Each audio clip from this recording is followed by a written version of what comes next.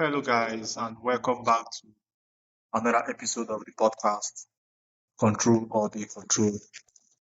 Podcast designed to help you start thinking differently and take control of your life. And I remain your host, Darlington.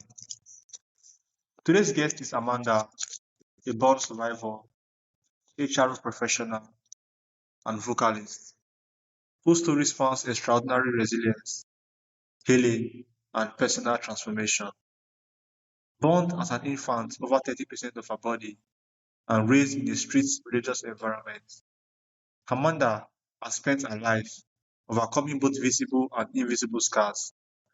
Despite these challenges, she went on to earn a degree in business administration from Temple University, build a career in human resources, and perform nationally on television, including appearances on NBC's Clash of the Choirs and alongside Patti LaBelle.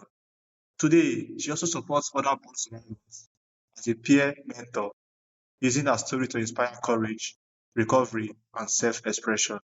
Amanda, welcome to the show. Thank you for having me.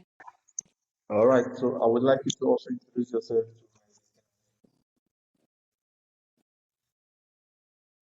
I'm sorry, could you say that again? I said I would like you to also introduce yourself to my listeners. Oh, sure. So, I'm Amanda. I live in the Philadelphia area, currently work in human resources, and I'm also working on music. I sing in choirs. I've sang background for other artists, and right now I'm currently also working on a solo project. All right, so Amanda, your story begins with a life-threatening burn injury as an infant. How has growing up with these physical scars shaped your identity and resilience over time? Yeah, it's interesting because I was so young. I was a baby, so I don't remember anything about what happened, or I don't know.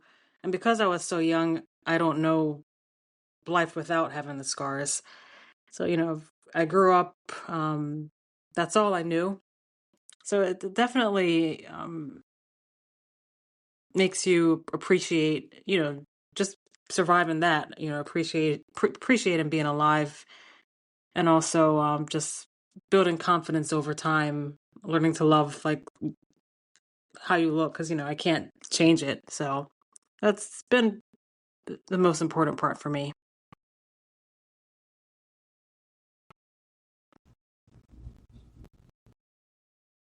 All right, so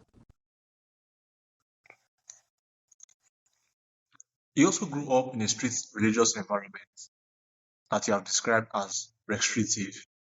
How did that experience influence your sense of self and independence?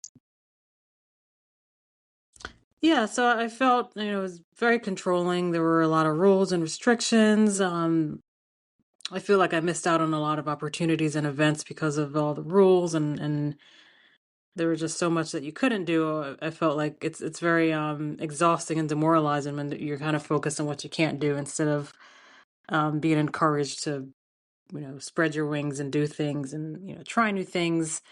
um I felt stifled, as stifled as far as curiosity and asking questions, and just so that was tough for me. But I always knew I had to like trust my intuition, and I knew that it's just not right to be controlled in that way. So I always, from a young age, I had a sense of self and knew that you know individuality and autonomy is important. All right, so at what point did you realize you wanted to reclaim your voice and define your life on your own terms? Oh God, I was really young. Well, actually, when maybe around 18, even before that, I kind of knew that there were certain things I wanted to do and accomplish. But I remember the first thing I did, because we weren't allowed to, our church, like denomination discourages wearing jewelry. So I didn't have my ears pierced. Didn't wear any jewelry. So as soon as I turned 18, I remember I went and got my ears pierced. So that was like the first thing. And then around that same time, I also like went on my first audition. singing auditions. So it was around that time when I started to kind of pursue my own path. All right. So despite everything you went through, you built a career in HR and also pursued music at a high level, including national television appearances. Amanda, what kept you moving forward when things felt difficult? Just knowing, like, difficult situations in the past, I was able to get through, and knowing that, there's always there's always hope no matter what situation you're going through. Like I've, just being able to accomplish certain things. I grew up singing in the church, and I never imagined that I would be singing, on national television several times, or, with certain, artists that I grew up listening to. And even just being able to, record my own music, that's been very rewarding. And I that's what keeps me going, just knowing that whatever you put your mind to, you can accomplish your goals. All right. So you were selected by Patti LaBelle for Clash in the Choirs, right? Yep. Yep. So what was that experience like for you? What did it teach you about your own capabilities? Oh, it was a great experience. So even from like the first audition, just knowing I got through that audition, and then meeting her, and she gave, just great advice. She told me, at that member that when I first met her and sang, and she's like, "Oh, I love your voice." And that was really encouraging. And then just throughout the process, even though our group lost, but still a learning experience, and knowing, um, just pushing ourselves to get better, and, the rehearsals, and all of it was a wonderful learning experience. Okay, so how do you personally define resilience? Not just surviving, but actually thriving after adversity. Yeah, for me, it's, not giving up, and still coming out on the other end, stronger, and then, learning something. Every situation is an opportunity to learn something, uh, for me. And I really lean on my, just inner voice and intuition, that has guided me, and helped me through times, and pushed me to even go further and pursue other goals. All right, so support other box mindfulness as a peer mentor, right? Yeah. So what do you find people most need? What do you find people most need in those early stages of healing?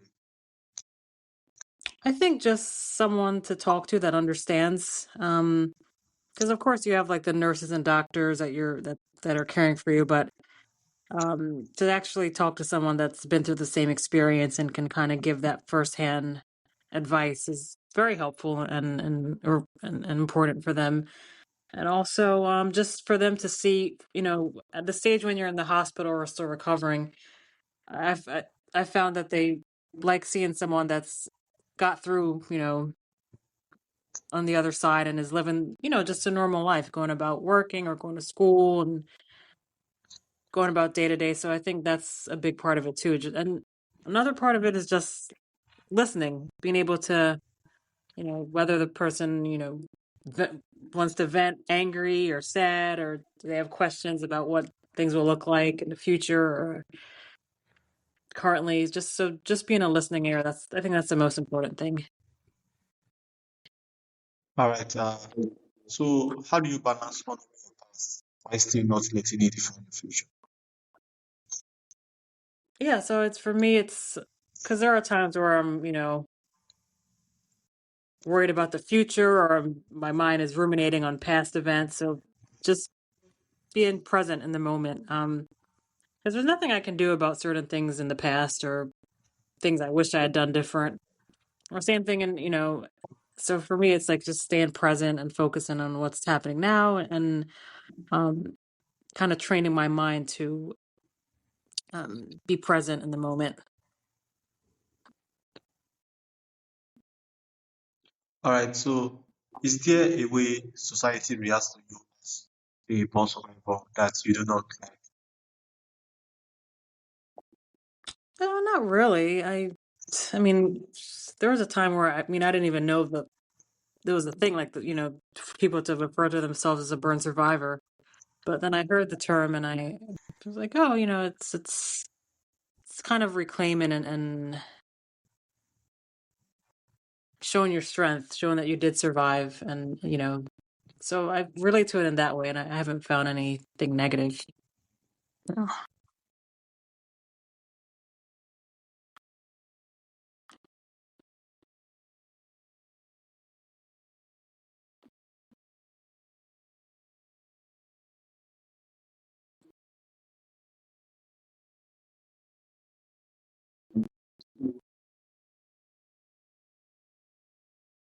What role has music played in your healing and self-expression journey? Oh, music, it's I listen to music pretty much every day. Just helps my mood. It's something takes me back to, good times. I love singing, so it's something that I've always, just loved singing, even as a little girl in school and at church. Whether it's singing solo or with a group or a choir or anything like that, it's just always been a great joy and a passion of mine. All right. So looking back now, what would you say to someone who feels defined or limited by what they have been through? I'd say it's never too late to kind of redefine and change what happened in the past, change, redirect your life. You're not defined by your past. You can always make changes, and there's always hope. Might not look like what you envision, but there's always things that you can do to make changes in your life and accomplish your goals.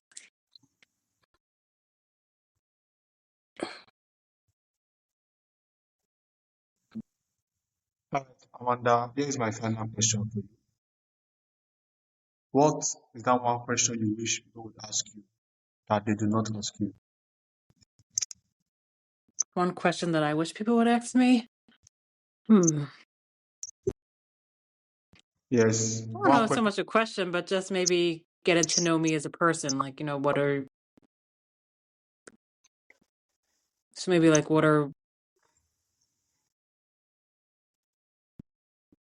maybe it's a good question. I would say,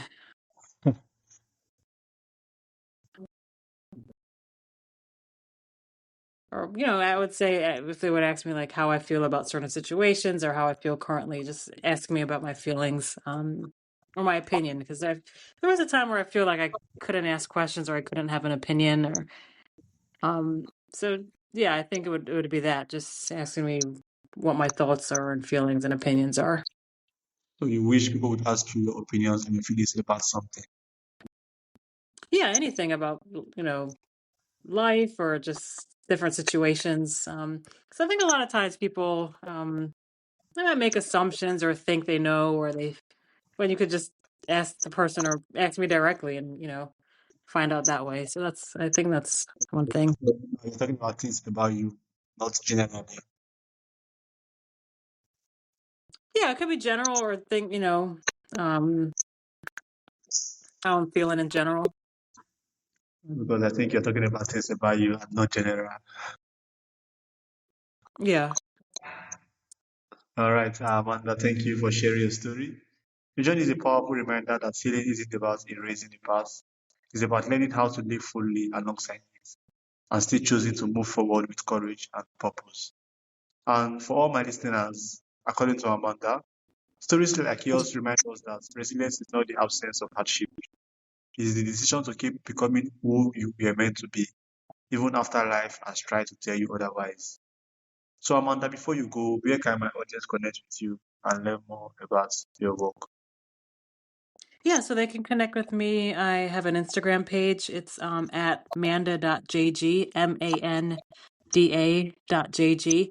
And then also on my website, it's amandajgordon.com.